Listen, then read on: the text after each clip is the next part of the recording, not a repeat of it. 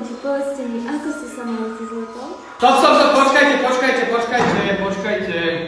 Adam?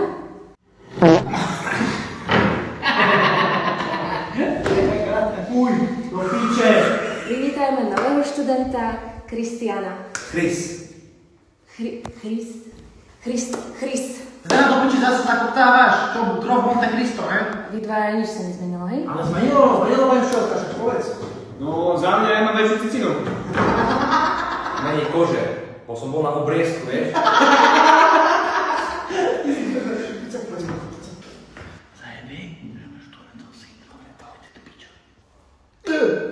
Áno, Chris? Mohol by som ísť na záchod?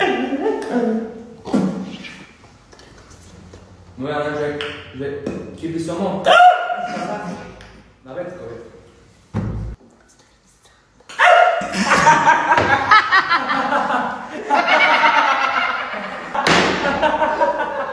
Prvý školský deň?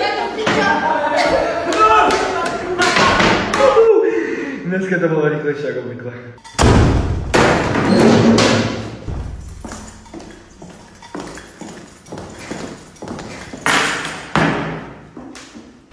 Toto je čo? Pani Marci, platky, to je rozhodne taký majdáč. Na mňa úplatky neplatia, to veľmi dobre viete. Ako si sa mali cez prázdniny? Veľmi dobre som sa mala celé leto, lebo som nevidela vás dvoch debilov. My sme najväčší na svete. Debilci otec.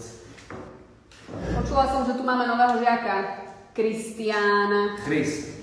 Dobre, Chris. Takže Kristián. Počúvaj, kucečka, vidíš, čo tam píše v tej knihe? Chris, tam sa číta, dobre? Vy neprestanete húčať!